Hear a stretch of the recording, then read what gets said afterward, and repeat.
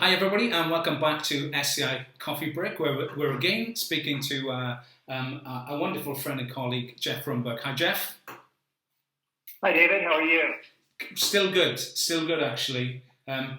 More coffee down me this time, Jeff. I might be in a sort of coffee coma very soon, right? So we'll try and get through some of this stuff before that happens maybe. We chatted a couple of sessions ago about the economic value of what it is to deliver sort of metrics and performance metrics and trying to get the economic value of that.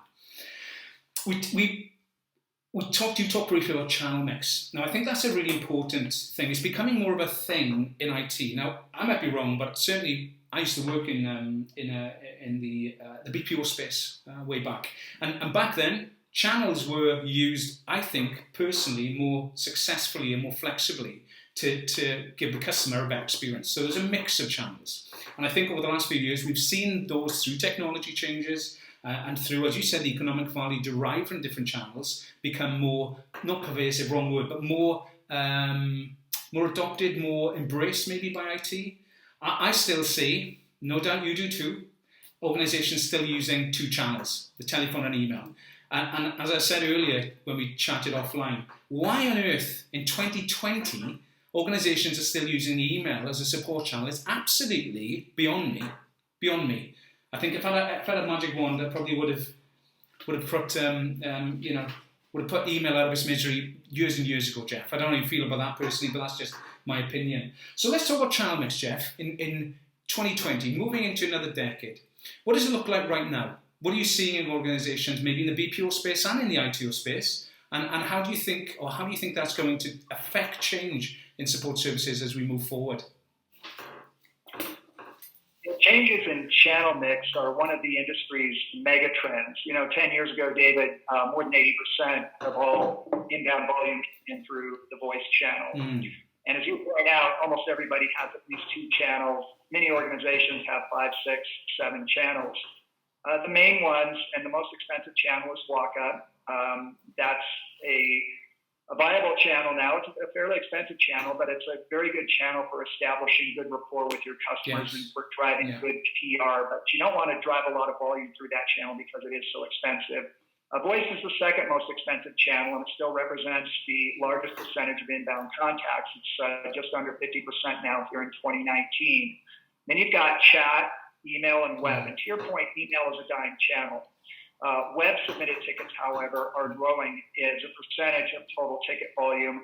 And then we see self-help growing as a percentage of total. And AI we consider to be a separate channel. It's less than 1% of the total right now. Now, the reason that we see so much emphasis on deflecting contacts into non-voice channels is because every channel is lower cost than voice.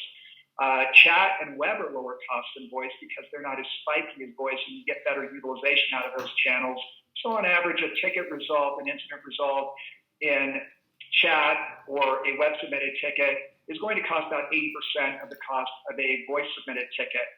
And then AI has no marginal cost. You have fixed costs associated with AI, just like self-help, self-service. You've got some fixed costs associated with creating that effective portal.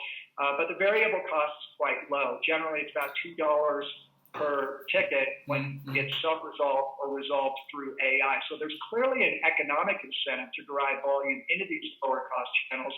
But David, there's also a demographic driver, which is that those that are just now entering the workforce would much prefer to resolve their incidents through self-help, through AI, maybe through a chat, but they consider voice to be the path of greatest resistance.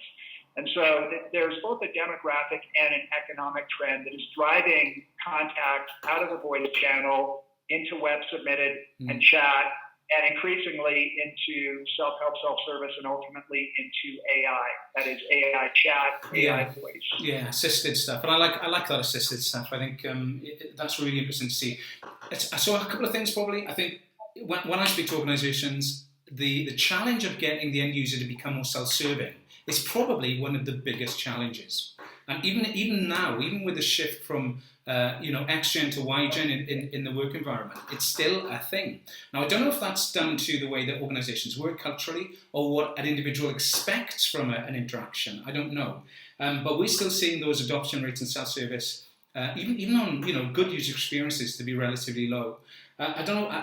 So that's one thing. Whether you can elaborate on what you're seeing, I don't know. But also, if you look at channel mix and the seasonal variations in channel mix, or right channel, right time, what are you seeing out there in relation to sort of the user adopting these things maybe, and organisations being more sort of, I don't know, what would you say that, or understanding the customer journey so effectively that they can blend the channels at any point through the year because they know what the user wants and how they want to use the service support. Does that make sense?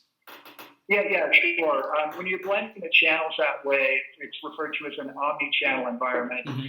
So you can have a multi-channel environment where you have independent channels like voice, walk-up, chat, email, web, self-help, but the user's history does not follow them as they go from channel to channel on any given transaction. That's a multi-channel environment. Mm-hmm. An omni-channel environment is when the user can switch channels. They might start in self-help and then click to chat or click to call, for example, and then they may go back to self-help, self-service, but their history follows them in an omni-channel environment. And that way, whether it's an agent or a bot, voice or a chat bot, that agent or that bot can interact intelligently with the user because they see the history of that transaction and they also see the history of that user. They might be looking at an asset database that shows them that the user has been having trouble with a particular asset. They might see that the user has called twice already about a particular issue. But in an omni-channel environment, it is possible to seamlessly go from one channel to another and perhaps get an incident or a service request resolved through multiple interactions in multiple channels. But because your history follows you from channel to channel, you never have to start over again. Mm. But oftentimes, it's easier to engage in certain types of activities in different channels. Voice is very good when you're trying to very directly explain an issue and get a quick resolution. Self-help, self-service is good for commodity-type issues like password resets, FAQs, Microsoft Office, Windows, for example. AI is getting smarter, and it will eventually start learning environments through machine learning. That is connecting the dots and learning a vertical market, or learning through the knowledge articles and through user self-help how to resolve issues that historically were thought to be unresolvable through machine learning or through AI. But we know AI is extremely powerful, and it will increasingly consume a larger and larger percentage of incidents. Before we close on this one, Jeff, as we've used the word user, I don't like the word user, right? End user, I don't know, citizen, right? Whatever it is, you are an organization. If you had to run this, if you were to contact a support service, what would be your preferred channel? I still prefer voice. I know, and which demographic I'm in. Yeah, well, and that's understandable. I understand that. You're right. I mean, we're in a similar demographic, right? And I think I read a while back now that by 2025, 75% of the workforce will be YJ, right? But yeah. I'm still like, I'm a little bit. I don't know if they're going to be as self-serving as we expect them to be. I think they'll still be reaching for that phone. Yeah, but that's again, yeah. But we'll close on that. The phone channel will never go away in its entirety. Yeah. But the reason I use phone, David, is not just because I find I get more immediate support there, but I've tried other channels and have not had great luck in chat, and I've not had great luck in self-help. But this is one of the keys to getting adoption in different channels. Yeah.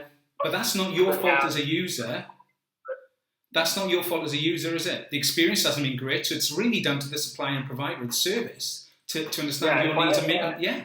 I had experiences in those alternate channels, I'd probably be using them today. The last time I tried to get support for my printer, I did a chat, and the lag time between the interaction with the agent on the other end was too long. I typed something and I wouldn't hear back for 2 minutes. They were clearly on multiple chats and just didn't work for me. So that's key to getting users to adopt lower cost channels is to ensure that they do have a good experience in those lower cost channels. Yeah, I agree. We'll carry on this in the next session. We probably will run on this one a little, Jeff, to be honest, I think, because it's been a good conversation. So we'll close on this one now. Thank you, Jeff, and we'll catch up with some of that on the next one. Thanks for listening, everybody. Thank you. Thank you, David.